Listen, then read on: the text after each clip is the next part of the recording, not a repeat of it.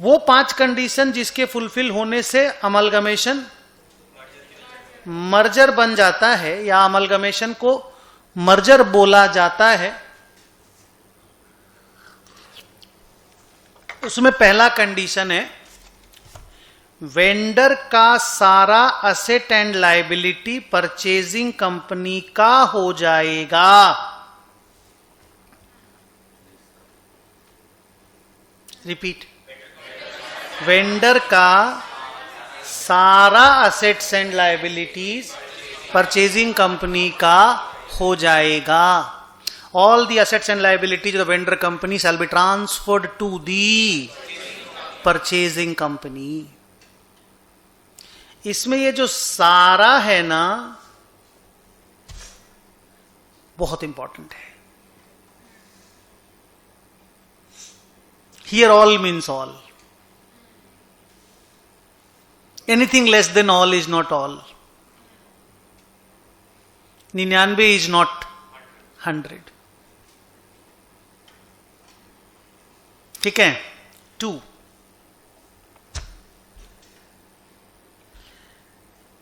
कम से कम 90%, कितने 90 of the equity share holder, क्योंकि ट्रू मालिक यही लोग है, कम से कम 90% of the equity share holder amalgamation के स्कीम से अग्री करते हैं और वो लोग चाहते हैं कि अमलगमेशन थ्रू हो जाए और वो लोग परचेजिंग कंपनी के शेयर होल्डर बन जाएं। कितने लोग?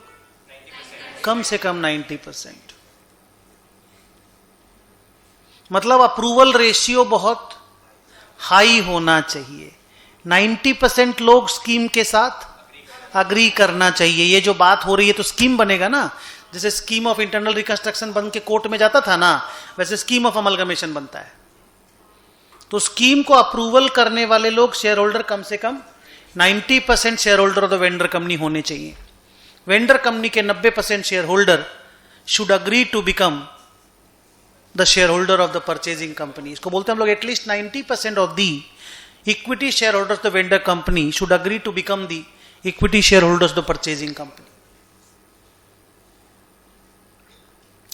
बाद में जो इंग्लिश में बोल रहे हैं वो हिंदी में बोला हुआ बात का एग्जैक्ट रिपीट टेलीकास्ट है, उसमें कुछ नया नहीं बोलेंगे। ओके, बट वो अभी जो बोले हैं ना उसमें बहुत सारा बात बोलना बाकी है।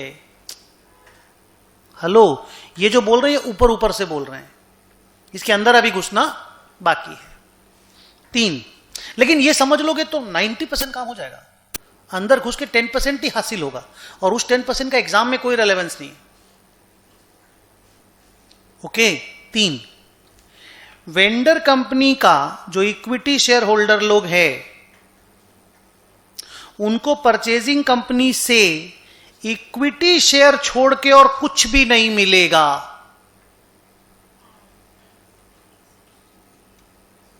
पैसा मिलेगा ना, पैसा तुम बोलो ना, पैसा देगा परचेजिंग कंपनी, देगा ना। उसको इक्विटी शेयर होल्डर को इक्विटी शेयर ही देना पड़ेगा और कुछ भी देना अलाउड नहीं है। फ्रैक्शनल पेमेंट कैश में दे सकता है। फ्रैक्शनल क्या मतलब? थोड़ा मोड़ा पैसा कैश में दिया जा सकता है जो फ्रैक्शनल है। अब ऑब्वियसली इस फ्रैक्शनल का कैलकुलेशन क्या है तुम्हारे मन में तो अभी आएगा, हम बताएंगे भी, बट वो फर्स्ट लेग में नहीं, सेकेंड लेग में होगा डिस्कशन। क्लियर? तो इक्विटी शेयर होल्डर लोगों को परचेजिंग कंपनी से इक्विटी शेयर छोड़ के और कुछ भी नहीं मिलेगा, या खाली बोलो इक्विटी शेयर ही मिलेगा। 4th,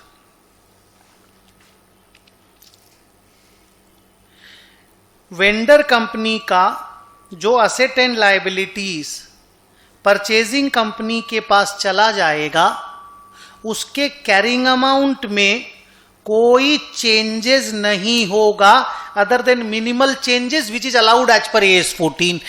बेसिकली कोई चेंज नहीं होगा,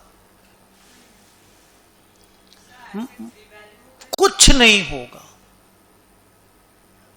फिर से बोलो, वेंडर कंपनी का जो assets and liabilities purchasing company के पास जाएगा, उसके कैरिंग अमाउंट में कोई चेंज परचेजिंग कंपनी नहीं करेगा।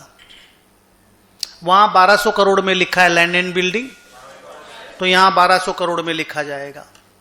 वहां 1730 करोड़ में प्लांट एंड मशीनरी है, यहां 1730 करोड़ में ही लिखेंगे।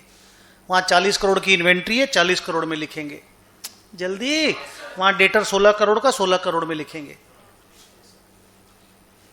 No changes in the carrying amount of the assets and liabilities can be made while incorporating them in the books of the purchasing company. English बोल सुनते वक्त डर लग रहा है कि ठीक है? थोड़ा सा बस मैनेज करना पड़ रहा है ना, सुन लो। अमलगमेशन है, डर जैसा माहौल है, कुछ डरना नहीं है। बड़ा अच्छा चैप्टर है, बड़ा अच्छा चैप्टर है, बहुत सुंदर है। एंड लास्ट, वेंडर कंपनी के बिजनेस को परचेजिंग कंपनी कंटिन्यू करेगा। वेंडर कंपनी के बिजनेस को परचेजिंग कंपनी कंटिन्यू करेगा। मतलब मेरा लालच तुम्हारे असेट लायबिलिटी में नहीं है, धंधे में है।